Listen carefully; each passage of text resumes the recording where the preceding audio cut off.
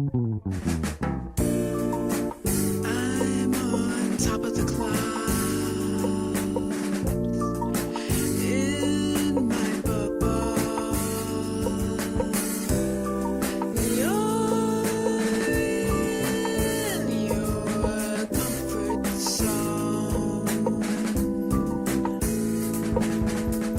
You make it so hard to find you. You make it so easy to care. You make it so hard to find you. You make it so easy to care. Clouds of love. I'm on top of the clouds in my capsule. Hello, that was Clouds of Love by me. It's from my Potpourri Part 1 album. This is Everything E, my life, well, some of it. This is the beginning, music as expression. How did music get started for me? Well, it started through my mom and my dad. We have a pretty musical and artistic home, which is very fun. When I was younger, music was just a great form of expression for me, and it was just a different world for me to be immersed in. I would utilize music within other forms of expression, mainly through dance, but also by drawing and painting and singing, which is still music, but still singing.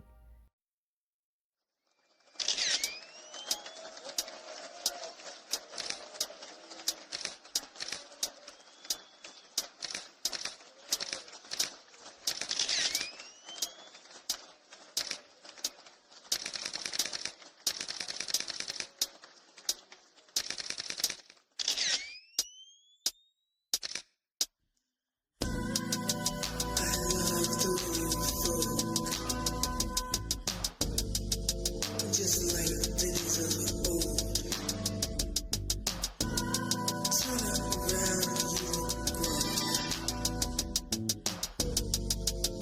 around, you look grown. I love the way you folk. Oh, you look better in your green. That was I Love the Way You Vogue. Music production. Let's make some sounds. From that song, specifically, I used that because I would have ideas that would be in my head and they would stay there for a while until I got to the point where I could record it, or until I got the production software where I could record it. My interest in music, it basically chose me before I was aware.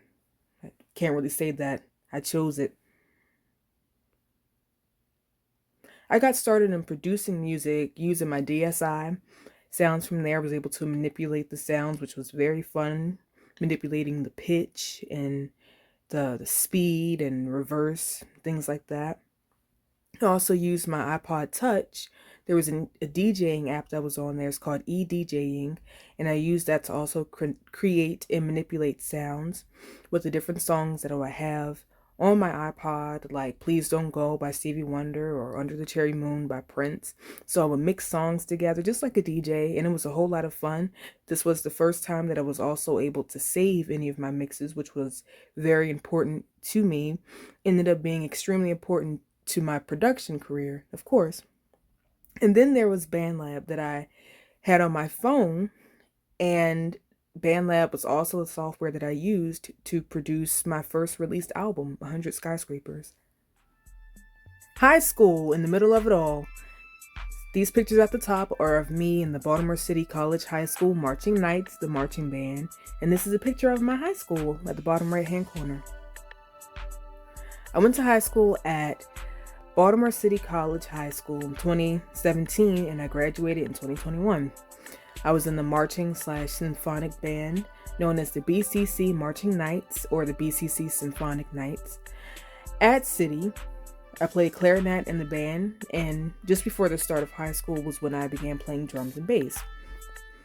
Here at BCC is where I also began producing music more seriously using BandLab on my phone. I didn't learn that there, but that was the time and the place where I started doing it. Later on in 2022, I would release 100 Skyscrapers, which I produced entirely on my phone using BandLab. And now on to BSU.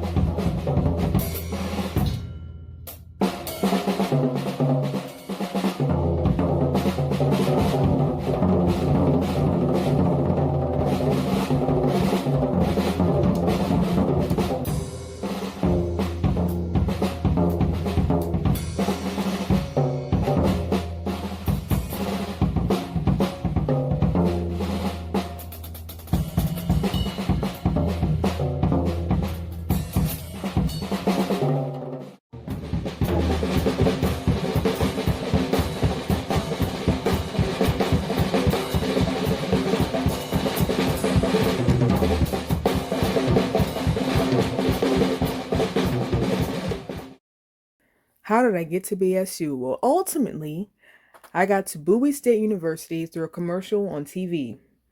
Initially, I was not about to come to college because I was tired of school. Yes, I was. I had a bit of a rough time in high school. Eventually, I got through it and got through COVID-19, which actually ended up being the best year for me. Crazy enough. But BSU was the only college that actually stated that they had a drum set and percussion studies for some reason. And when I got there, I didn't actually study drum set for the most part, but I practiced a whole lot. The previous video just shown is of me in the practice room, and that was almost like my second or third home. What did I do at BSU? Well, I did a whole lot of things at BSU. I met a whole lot of beautiful people. I was in a play called Fabulation. I performed with the jazz ensemble for the spring and winter concerts. I released a few albums while I was here. I performed during the seminars. I helped coordinate a showcase that we had. And did I mention that I worked with a lot of wonderful people? That was one of the things that made this experience worthwhile was the people. Most definitely. Of course, having the support of God and of my family, which is pictured in the center on the screen. At BSU, I learned how to use Sibelius. I hadn't heard of it before. I learned how to operate Pro Tools. I hadn't used it before, but I had heard of it. I delved more into Reason. I was only a little bit familiar with it. I learned a lot of great new songs and pieces from performing and from studying. I learned about a whole lot of beautiful, wonderful people. I learned more about music theory and composition and arranging, especially when it came to film and TV. I learned a lot about music business and how to effectively operate in it, which was very important for the music career. I also learned ways to utilize and to save money as a musician, not only after college, but in life in general. I also learned more methods of networking, which is one of the most important things that you could ever learn. Let's get into a song.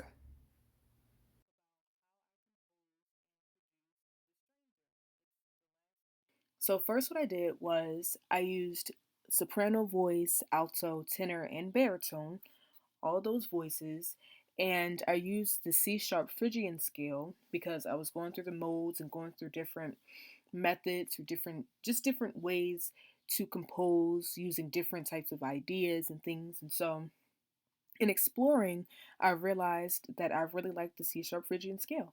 So that is what I used for this first part.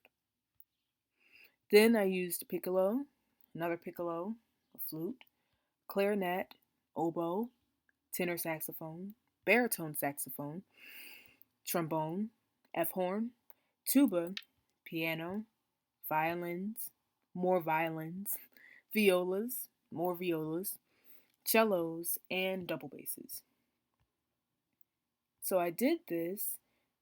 I sat one good Wednesday weeks ago and just took a couple hours out, did this. So this is the full score. This is how it sounds without any percussion because I hadn't added any percussion to it just yet. Also, I'm using MuseScore. I didn't mention that before. I'm using MuseScore because I prefer MuseScore. It's a very great software and it's also very, very similar to Sibelius. So both are really good to use.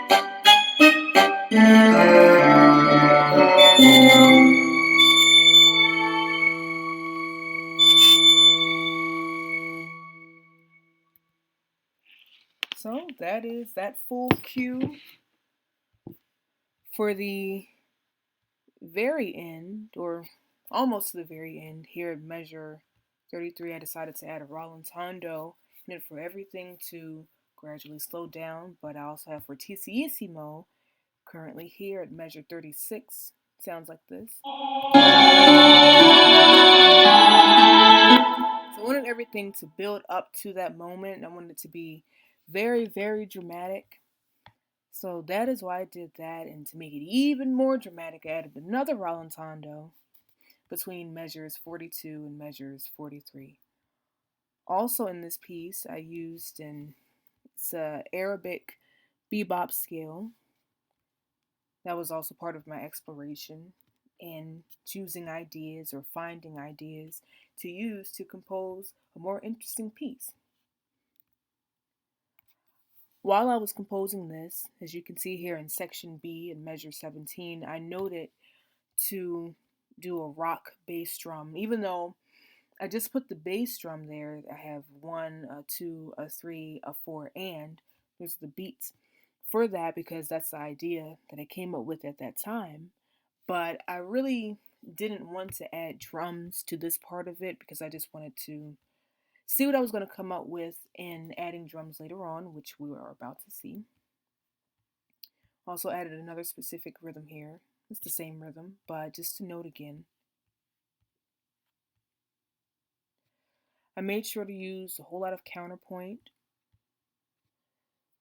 because I specifically wanted to use that. That was something that we were going over. So an example of that is here at measure 11, between measures 11 and measure 12.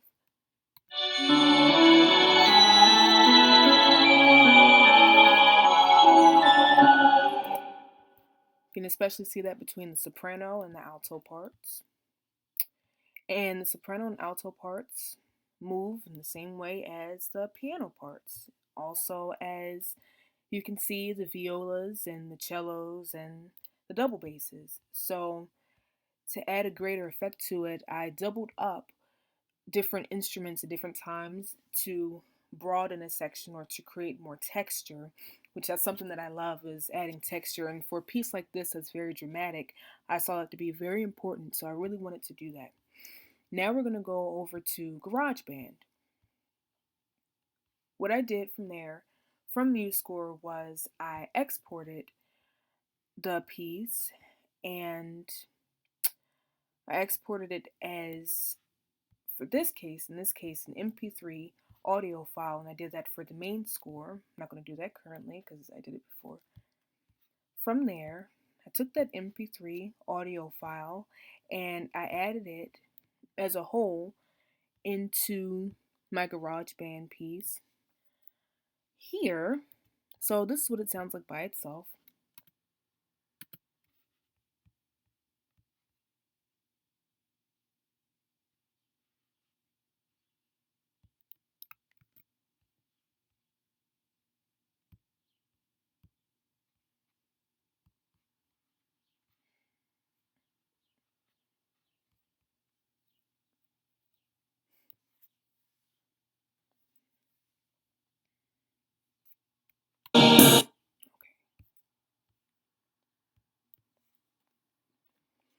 Back to the track. This is what it sounds like by itself in the GarageBand project.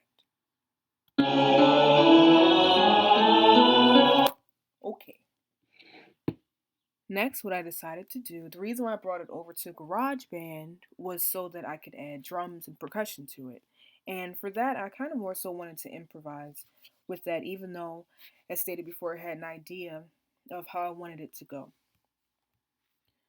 In order to effectively record the drums for this piece, I had to end up creating my own metronome to start. That way I could know where the drums and where everything was supposed to come in, because for this piece I didn't have a count off for it and the tempo changed, so I didn't set a specific tempo for it. It would have just been very tedious. So I created my own claps as a count in.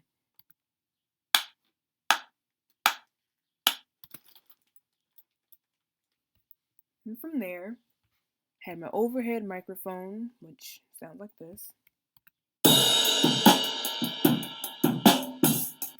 I mainly use the overhead microphone to capture the higher frequencies, like all of my cymbals, but also get the higher frequencies of the other drums that I was using, such as the snare drum, which sounds like this, or the rack tom, which sounds like this, or the floor tom, which sounds like this, or, and lastly, the bass drum sounds like this.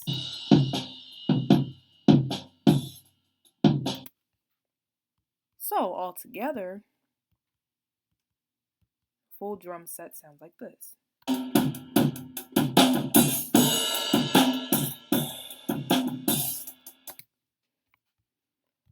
If you add the full orchestra to it, it sounds like this.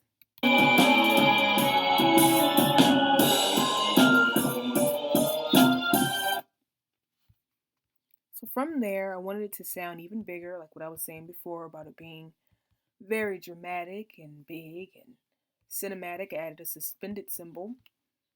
In this part of it, after measure 42 here, as you can see, I used a suspended cymbal just for an accent. It sounds like this. Then furthermore, for the most part, I use a suspended cymbal for swells to make the more dramatic effect so that you can know that something is coming. Altogether in the music, this is how that sounds.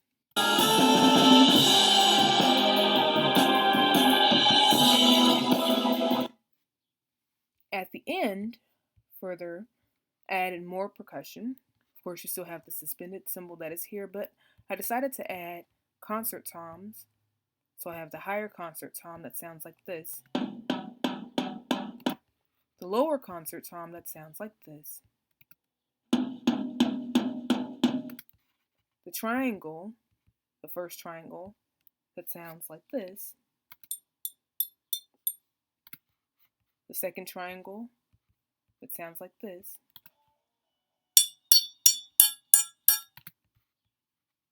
Then the granite blocks, that sound like this. And then the vibraphones, well, the vibraphone, or vibes that sound like this.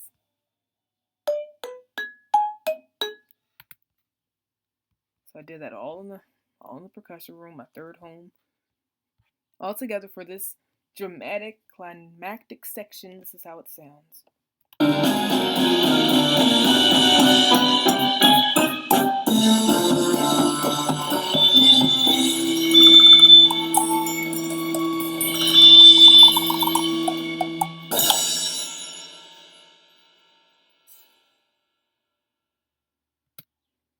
And that is pretty much the full explanation for this piece. It's again the very last cue that I added into my suite for The Stranger. Thank you.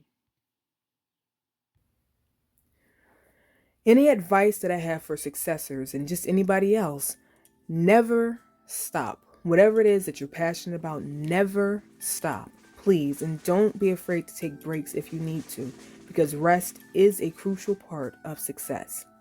Also, do not wait until the perfect time to start. Therefore, if you wait to start, then you'll never start. And also, don't wait for somebody to put you on before you take that first step. Do it yourself. Take the steps, learn what it is that you need to do. That'll help you. And that'll help you to move forward and to embark on anything that your heart desires. Also, go out and explore and bring people with you, but sometimes know that you may have to go alone, and that's okay. But don't be afraid to go out of the house, to get out of the studio, get out of your comfort zone, because that's where the real success happens. Ask questions. Please do not be afraid to ask questions, no matter what the question is. It's better for you to ask and to learn than to not ask and to never know. It's one of the best ways to learn anything. It's how you expand. It is how you improve. Please ask questions. Also, work on your craft. Whatever it is that you're doing, work on it. It's never enough. Work on it. Understand that you're going to change. You won't be the same person that you were even yesterday. And don't be afraid of that. Go with it. Do what you think is best, and please always, always listen to your gut, because when you don't, that's when you'll find yourself in the most trouble. Don't take life for granted. Do the things that you love to do. Don't wait until tomorrow. Start today, because you never know if you'll have tomorrow. And for anybody else around you, connect with people, talk to people, do things that you love, do things that inspire you. Be inspired by other things about other people, because all of these things are part of life. Please don't take it for granted. Always, always, always think and appreciate people along the way. Everybody is important. There's no such thing as a small person. And you never know who you need. Always. And then, in turn, you'll never know who will need you.